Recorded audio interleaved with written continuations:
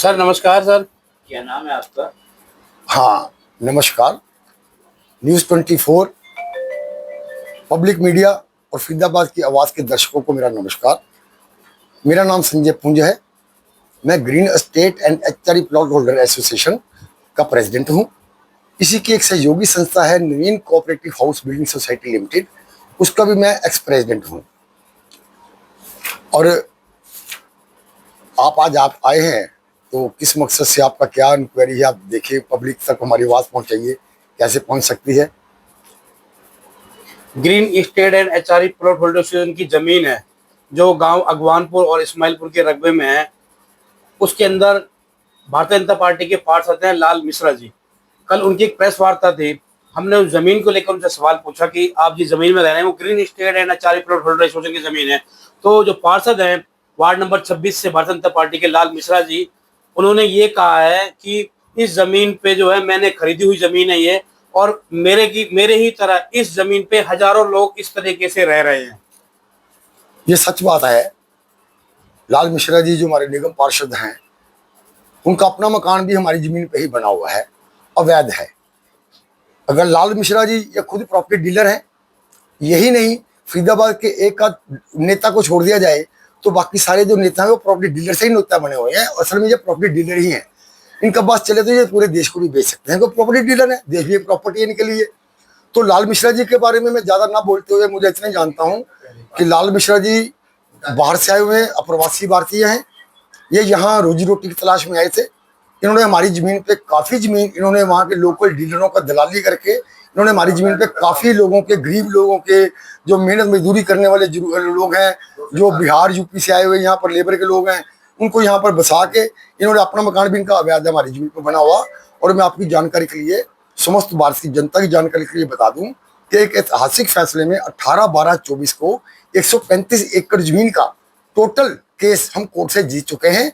इसलिए इस जमीन पर लाल मिश्रा जी हों या और हों, और भी नेताओं के लोग हैं जो यहाँ बसे हुए हैं, उस सभी के सभी अवैध हैं। कोई भी बंदा यहाँ पर वैध नहीं है आज की तारीख में। उन सब अगर वो अवैध हैं तो आप उनको खाली क्यों नहीं कराते जमीन को?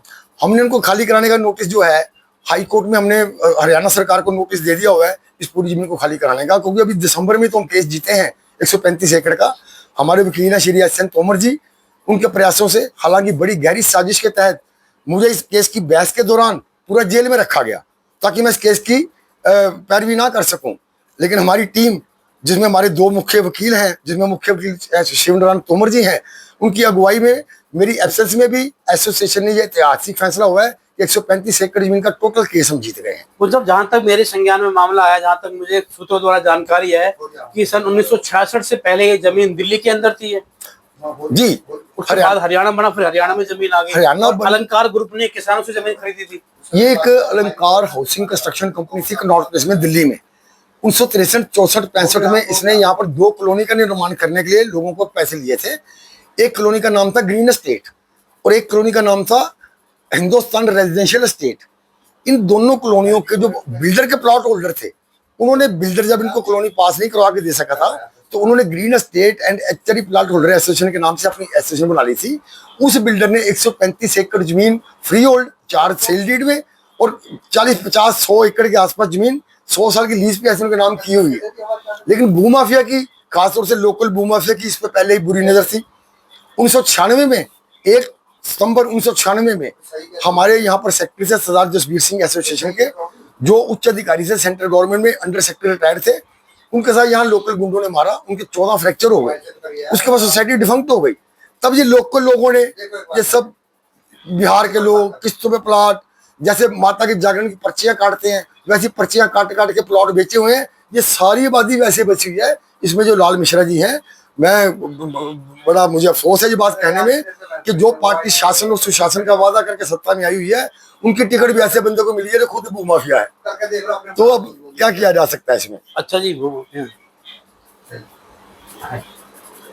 उन साहब, जो आप बहुत बड़ा आरोप लगा रहे हो, भारतीय जनता पार्टी के वो निगम पार्षद हैं चुने हुए लाल मिश्रा जी, उन्होंने कल ही खुद ये कहा है कि मेरी तरह हजारों मकान यहाँ बने हुए हैं और मैं अकेला थोड़ी हूँ। मैं तो प्रॉपर्टी डीलर हूँ, मेरा काम तो मकान खरीदने और बेचने का है। और यहाँ पे जो है बिहारी लोग हैं, उनको मैंने प्लाट और मकान बेचे हैं। भाटी जी, मेरा अपना प्रॉपर्टी डीलर का काम होता है कि पाक साफ जमीन का सौदा करवाना, उसको बेचना, उसकी प्रॉपर्टी डीलिंग करनी, और वैध निर्माण करवाना, पर्चियों पे जमीन बेचना, ला के वहां अपने प्रदेश से, अपने प्रदेश के लोगों से किस्तों पे प्लॉट बेच के यहाँ कब्जे करवाना, ये किसी प्रॉपर्टी डीलर का काम नहीं होता, ये भूमाफिया का काम होता है। और ये भूमाफिया ही है जो जमीन पे काबिज हो रखे हैं। हमें बहुत स्ट्रगल करनी पड़ रही है इनके साथ। हम सभी बुजुर्ग लोग हैं, सेना के तीनों अंगों से retired, general, brigadier, major, colonel. आप हैरान हो जाएंगे भाटी जी सुनकर, देश की जनता हैरान हो जाएगी कि हरियाणा पुलिस के पूर्व डीजीपी श्री वाई हरिशंकर जी का भी प्लॉट यहाँ पर है, और जब हम इनकी शिकायत करते हैं तो कोई कार्रवाई पुलिस नहीं करती। हालांकि इस वक्त जो चौकी इंचार्ज हैं, SHO हैं, वो बहुत कोऑपरेटिव हैं। जब से ये लोग आए हैं 2-2.5 महीने से इन्होंने अवैध निर्माण पे काफी रोक लगा रखी है, लेकिन राजनीतिक प्रेशर जो है, सारी पुलिस कुल मिला के नेताओं के अंडर ही काम करती है।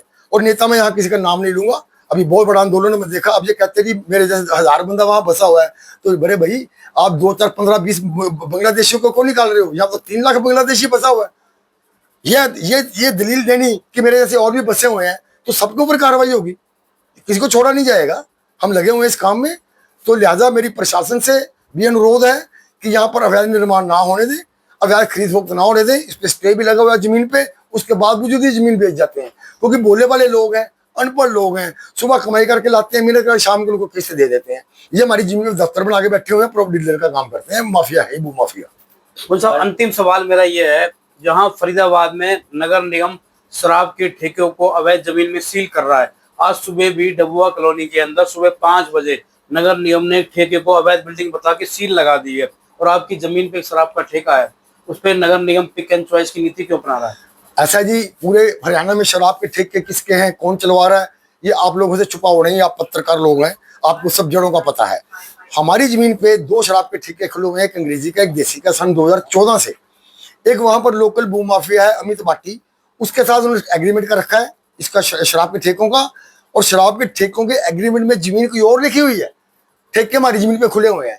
इनकी कई शिकायतें हम कर चुके, हम आबकारी कमिश्नर से भी मिले थे, उनको हम लिखित में भी दे के आए थे कि यहाँ ठेका दोबारा नहीं खुलना चाहिए, उसके बावजूद भी ठेका यहाँ दोबारा खुला हुआ है। अब हमारे पास कोई चारा नहीं है, या तो हम गन लेके जाएं तो उनका मुकाबला करें बदमाशों का, या हम कानून की लड़ाई लड़े। पढ़े लिखे लोग हैं, हिंसा या फौजदारी हम कर नहीं सकते, इसलिए कानून की हमें पूरा विश्वास है, और कानून से हम जीते भी हैं, आगे भी जीतेंगे। ठीक है जी, बहुत बहुत धन्यवाद। शुक्रिया जी।